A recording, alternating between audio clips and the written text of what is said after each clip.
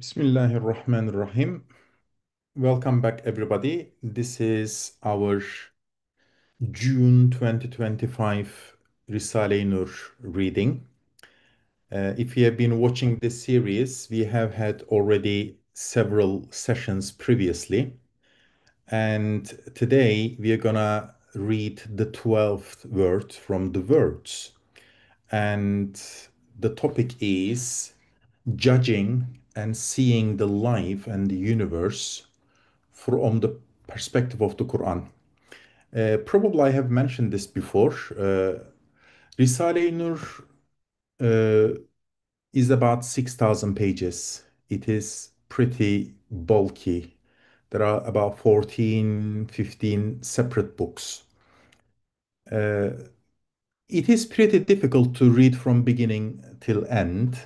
Since I studied Risale-i Nur at an academic level many years ago here in Britain at Durham University, I have been delivering speeches, reading extracts, and talking about Risale-i Nur and Bediüzzaman's philosophy and his way of interpreting Quran, etc.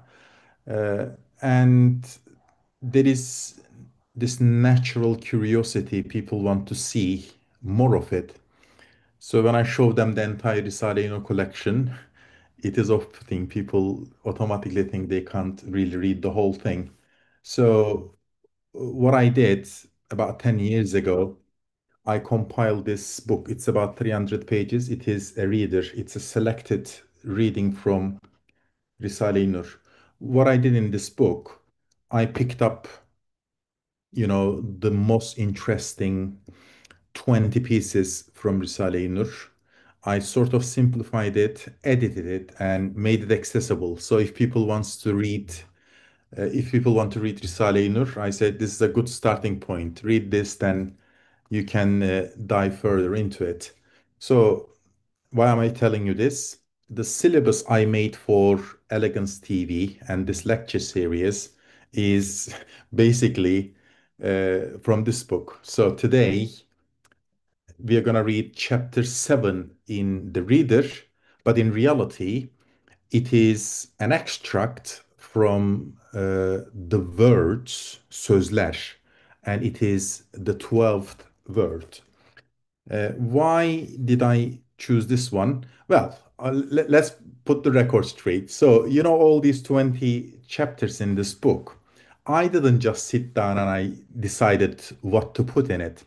So it is the brainchild of group of people. Ve şavirhum fil emr.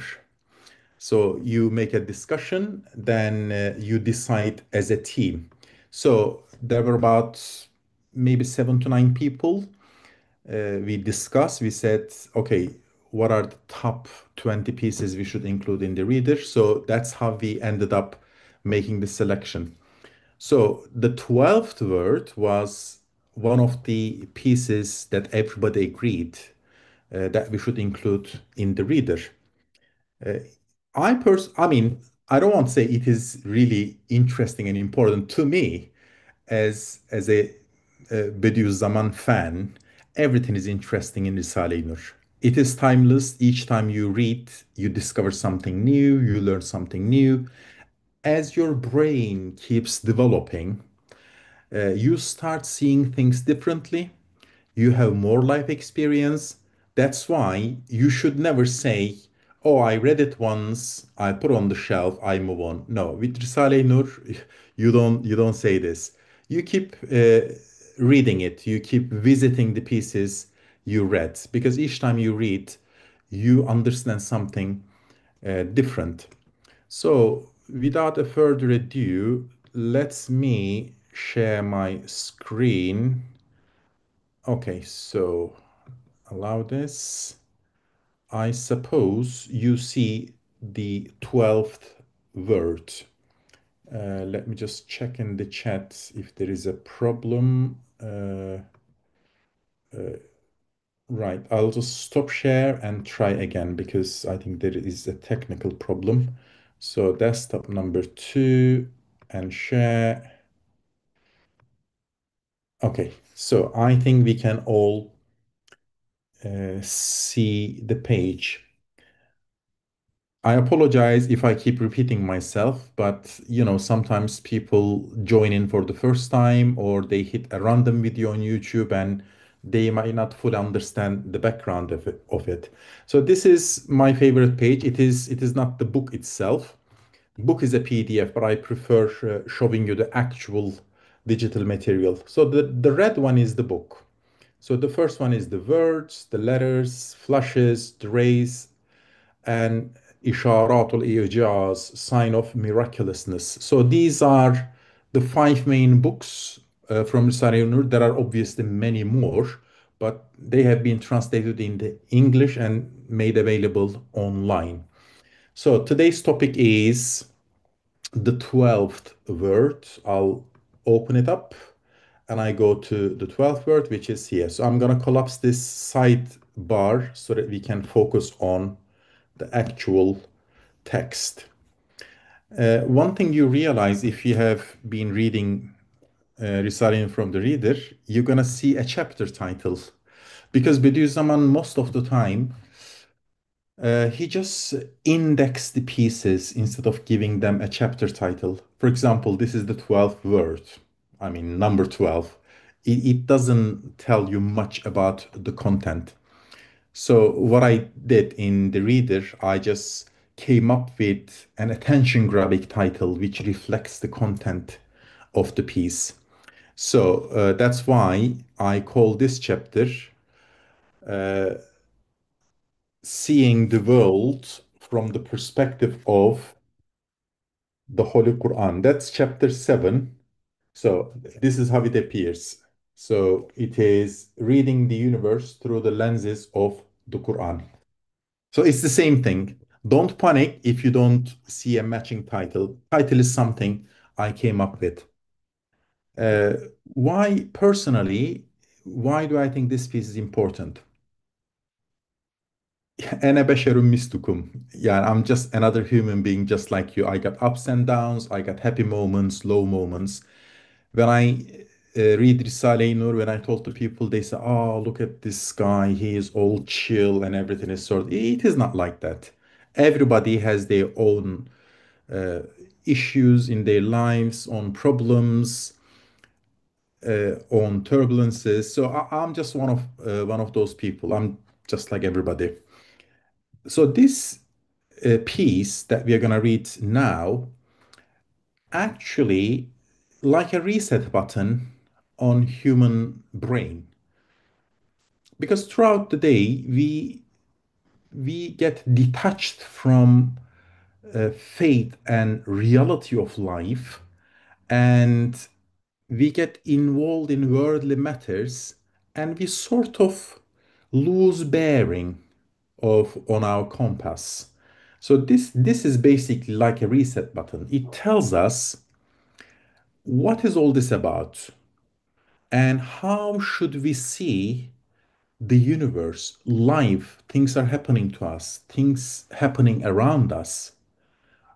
What is all this about? Should we just, watch the BBC or CNN and think the way they tell us? Or as good believers, is there a different way of approaching things? When I read this many years ago, I thought, wow, this is really good. This is really good. Bediüzzaman tells us how to see the universe from a true faith perspective, iman tahkiki, from the Quranic perspective. Because the world is telling us something, but the Quran is telling us something different. So, as the students of the Quran, Shakirt, yeah, we should stick to the Quranic approach and uh, try seeing the universe from that perspective. So, as I said, it is not me delivering a speech or a lecture. Our focus is to read the text, try to understand the text, and analyze the text so that people develop certain taste and interest into studying Risale-i Nur. It is open, it is accessible on this website. May God bless people who design and support this website. Yeah, it's fantastic. As I said, I'm not the focus. The text is the focus. So let's read the 12th word. It's not going to be the whole thing. We're just going to read uh, one quarter of it because there are like four sections. So our focus will be the first quarter. This word consists of a brief comparison between the sacred wisdom of the all-wise Quran and the wisdom of philosophy and science.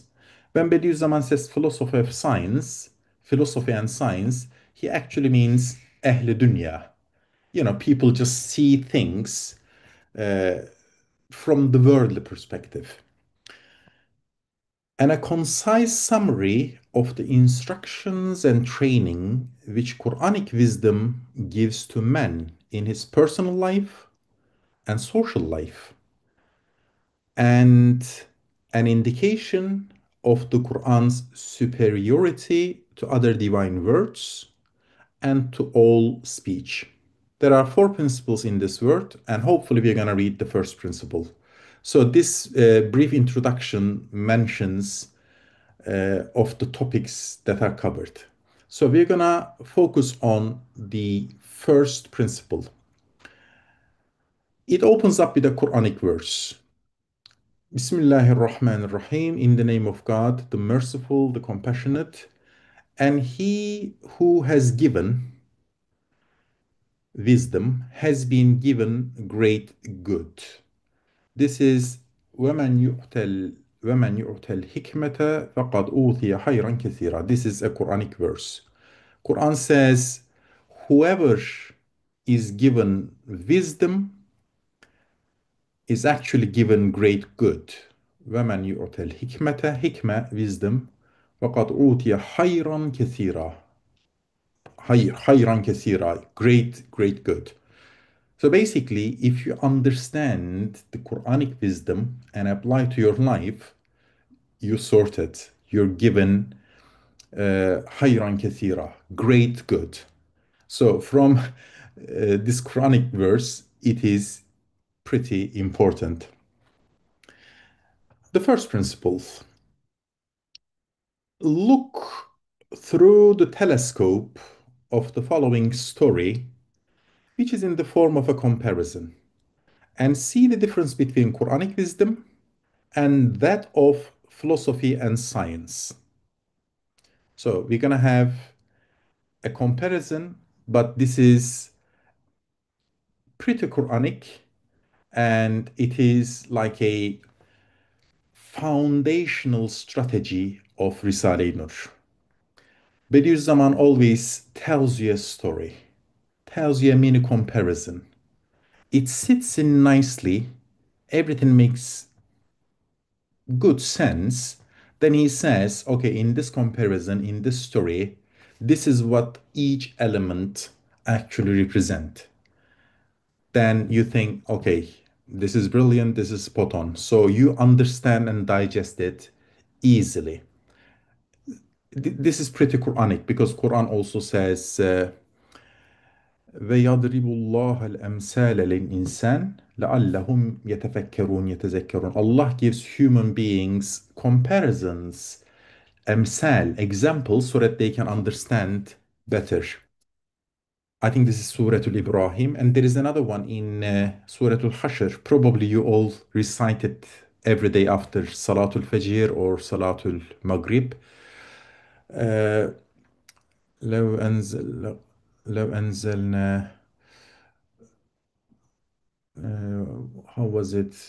Just before هو الله الذي وتلك الأمثال نضربها للناس لعلهم يتفكرون. Allah give amsal, examples so that people can understand better.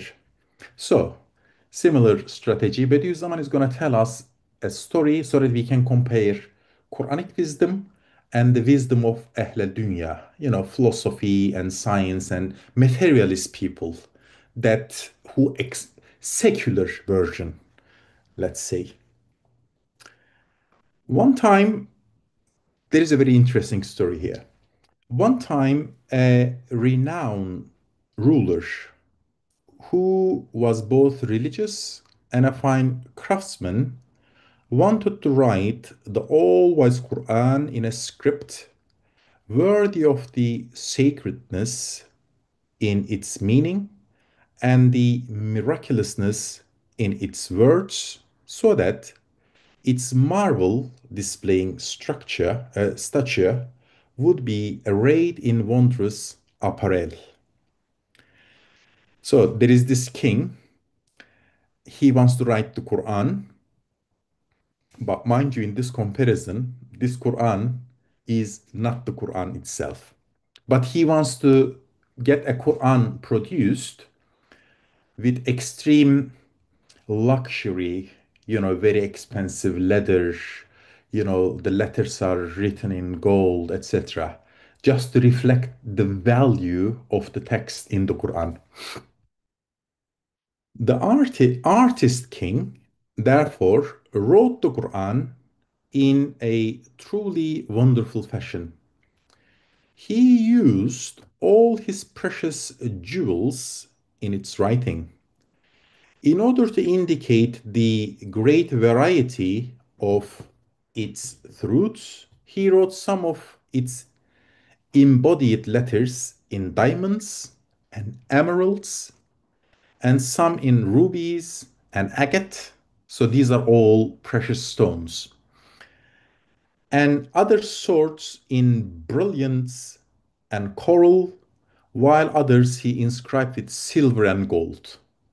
Imagine a Quran written not with ink, but it was written in diamond and gold and precious stones, because it is actually reflecting the value of the message. He adorned and decorated it in such a way that everyone, those who knew how to read and those who did not, were full of admiration and astonishment when they beheld it. So some people, like us, if they can read Quran, when they look at the artwork, they say, "Wow, this is Quran written in gold and diamond." But other people, they just looked at some text written in very precious stones, but the artwork was just amazing. Especially in the view of the people of truth, since the outer beauty was an indication of the brilliant beauty and striking adornment in its meaning, it became a truly precious antique. Okay, so the Quran is ready, nicely built, very expensive, with jewels and golds and precious stones. Now, the ruler showed the artistically wrote and bejeweled Quran to a European philosopher and to a Muslim scholar.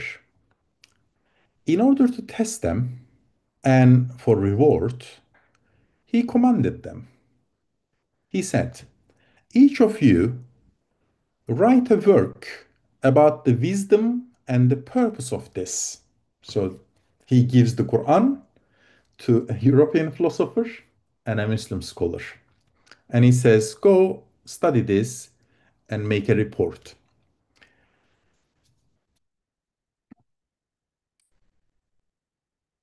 And purpose of this. Okay. First, the European philosopher, the materialist person, the secular person. Then this scholar composed a book about it. However, the philosopher's book discussed only the decorations of the letters and their relationships and conditions and the properties of the jewels and described them. He did a good job. He was a scientist, he was a philosopher, he didn't speak Arabic, he didn't even know it was an Arabic text, but he just said, right, this is like a book. covered in, A grade cow's leather, bound using whatever technique. Each page is 113 gram, whatever type of paper. And instead of ink, it's being used gold. He just made a very scientific, very accurate analysis of the physical properties of the book. Accurate, but missing the point. It did not, the report he wrote, it did not touch on the meaning at all. For the European had no knowledge of the Arabic script. He did not even know that the embellished Quran was a book, a written piece expressing a meaning. He rather looked on it as an ornamented antique.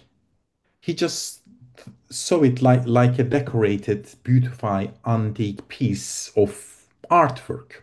He paid no attention to the meanings and the text itself because he didn't read Arabic. He didn't even know it was Arabic. He did not know in Arabic, but he was a very good engineer and he described things very aptly. And he was a skillful chemist and an ingenious jeweler. So this man wrote his work according to those crafts. He was an expert in certain fields. He made a beautiful report, analyzed every aspect of the work, and made a very accurate, detailed report about the artifact because he considers it as an artifact. Now, let's have a look what the Muslim scholar did. As for the Muslim scholar, when he looked at the Quran, he straight away understood that it was the precious book, the all-wise Quran. The first thing he noticed, yes, it is beautiful, it's all decorated expensively, but it is the Quran. And he started reading and thinking about the meanings of the text. This truth-loving person neither attached importance to the external decoration, adornments, nor busied himself with the ornamented letters. He didn't pay much attention if it was diamond or agate or whatever, ruby. For him, it didn't really matter because what mattered was the actual text, actual meaning. He became preoccupied with something that was a million times higher, more elevated, more subtle, more noble, more beneficial, and more comprehensive than the matters with which the other man had busied himself. Remember, the first person didn't care about the meanings, he just made a material analysis of the artifact. For discussing the sacred truths and lights of the mysterious beneath the veil of the decorations, he wrote a truly fine commentary. He wrote a tafsir al-Quran. He says, okay, this is talking about Qissay Musa, this is talking about resurrection, afterlife. So he just made an interpretation and he analyzed the context. He wrote a beautiful tafsir al-Quran. Then the two of them took their works and presented them to illustrious ruler. So they came back to the palace. They said, Sir, we have done our studies and these are our reports. The ruler first took the philosopher's work. He looked at it and saw that the self-centered and nature worshipping man, good word, nature worshipping, for him, everything is the visible realm with nature. So he was a nature worshipping person. He had worked very hard but had written nothing of true wisdom. He missed the point completely. He didn't pay attention to the meanings of the message. He had understood nothing of its meaning. Indeed, he had confused it and been disrespectful towards it, and ill mannered even. For supposing that source of truths, the Quran, to be meaningless decoration. So for him, he wrote a report in such a way that it was some meaningless artifact, some physical object decorated. He had insulted it as being valueless in regard to meaning because he didn't pay attention to meaning. So the wise ruler hit him over the head with his work and expelled him from his presence. He said, "Take your report, get out. You missed the point completely." Then he looked, the ruler looked at the work of the other, the truth loving, scrupulous scholar, and saw that it was an extremely fine and beneficial commentary, a most wise composition full of guidance. "Congratulations. May God bless you," he said. Thus, wisdom is this, and they call those who possess it knowledgeable and wise. As for the other man, he was a craftsman who had exceeded his mark. Then, in reward for the scholar's work, he commanded that in return for each letter, 10 gold pieces should be given him from his inexhaustible treasury. So, this is the story. Now, let's look at the reality. So, who is the ruler in this story? What is the Quran? As I said, the Quran is not the Quran itself in the story. So, what does that Quran represent? What is that nature loving scientist, philosopher, European materialist person? And who is that Muslim scholar? So let's break it down. If you have understood the comparison, now look and see the reality. So what is the reality? In the story, the ornamented Quran, the decorated Quran, is this artistically fashioned universe. Remember, we are trying to see the universe from the perspective of the Quran. So this is chapter's title. So in this comparison, that decorated Quran is actually the universe, not the Quran as we know. Artistically fashioned universe, and the ruler is pre-eternal, all-wise one. That is Allah Ta'ala. So the ruler in this story is the creator of the universe. What about those two individuals? As for the two men, one, the European, represents philosophy and philosophers. When he says philosophers, he actually means uh,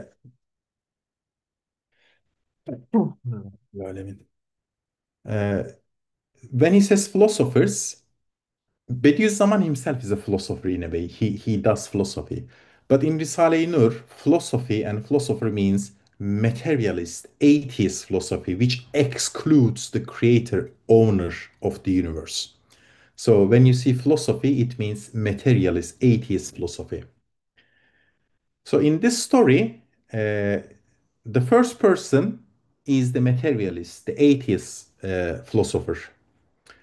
And the other one, the second one, the Quran and its students. So it is Shakirtul Quran, that is hopefully us. And the first one is secular materialist, the rest of the lot. Yes, The all-wise Quran is a most elevated expounder, a most eloquent translator of the mighty Quran of the universe. So the universe is the mighty Quran. Quran as a book is the interpreter of the universe. Yes, it is the criterion which instructs man and the jinn concerning the signs of creation inscribed by the pen of power on the pages of the universe and on the leaves of time. It regards beings, each of which is a meaningful letter, as bearing the meaning of another. I'm going to explain this because this is one of the key concepts in Risale-i Nur. So, it regards beings, everything in the universe, you, me, animals, cats, dogs, birds, accidents, earthquakes, everything. Beings, each of which is a meaningful letter as bearing the meaning of another. That is, it looks at them on account of their maker. It says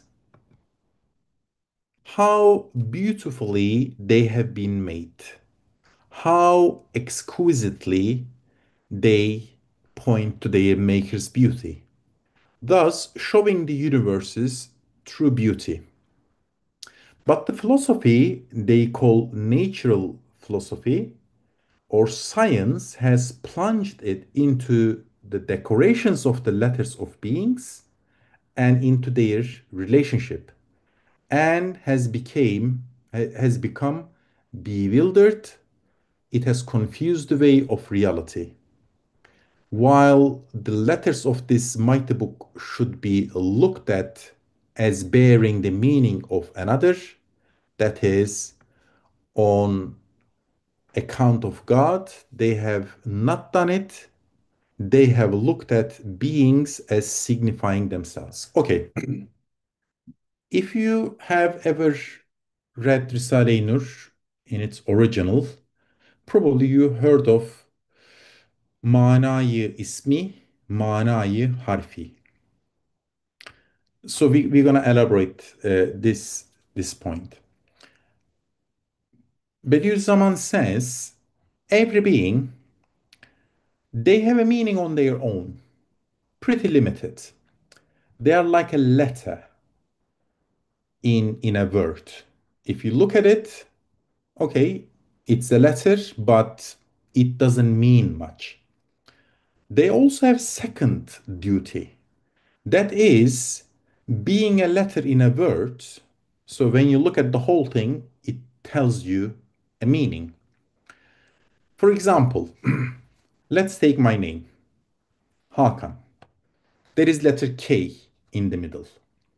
If you close HA and AN, you have letter K. You look at it, there is one straight line and there is something pointing to left. Probably this is a letter. It sounds like K, but that's all. As a letter, it is just K. It doesn't mean much. But if you step back and look at what it is doing in that word, you say, oh, this is a word Hakan, which means that guy. And this letter in the middle is playing a role, giving us the meaning of the actual word. So the atheist philosophy takes every being in the universe individually, like a letter, and looks at it. Okay, there is a pressure buildup inside the earth crust, and the plates, tectonic plates, move. When they came loose, they trigger an earthquake. Very accurate, absolutely true, but it's not the whole meaning. It is just looking at letter K in my name. It is K. You can describe it accurately, the length of the long bar, the angle between, left pointing characters. You can make 100% accurate description of letter K in my name. But is this the whole purpose of that letter? No. It is just a letter in a word which says Hakan. So if you look at beings and the universe and analyzing them from the perspective of their material value, it is like analyzing that letter. You are missing the whole point. So everything in the universe is actually one meaning indicating to themselves, like letter K, and one more important meaning indicating something else. That is, okay, this is part of God's creation. God is manifesting his divine names and attributes. So it is showing something bigger, something more valuable. So that is Bediüzzaman calls it manayı ismi manayı harfi. And Mary Weld, who made this translation, and even for that matter, I think Colin Turner, my PhD supervisor, he says everything, that's how they translate it, everything has two meanings. One is self-referential meaning, self-referential. And the other meaning is other indicative meaning. So they are indicating something else. For example, this I planted a seed, photosynthesis, right climate, right conditions, I water them, and the chemical reaction took place and the plant grew.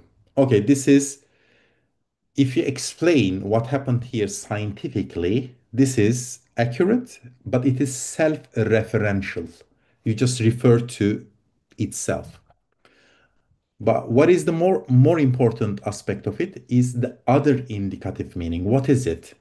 It is showing Allah Hay, Qayyum, Rahman, Rahim, all divine names and attributes working on what we call photosynthesis. This is the other indicative meaning. So everything in the universe is actually indicating what Allah is doing. He is continuously creating, and seeing it from this perspective, from the perspective of the Quran, is actually telling you what is Allah doing.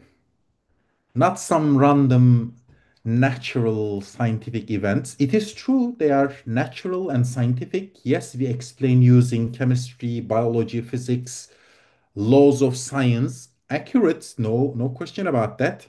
But this is self-referential meaning. It is like letter K, which doesn't mean much on its own. What matters is other indicative meaning. What does it tell us? What does it show us?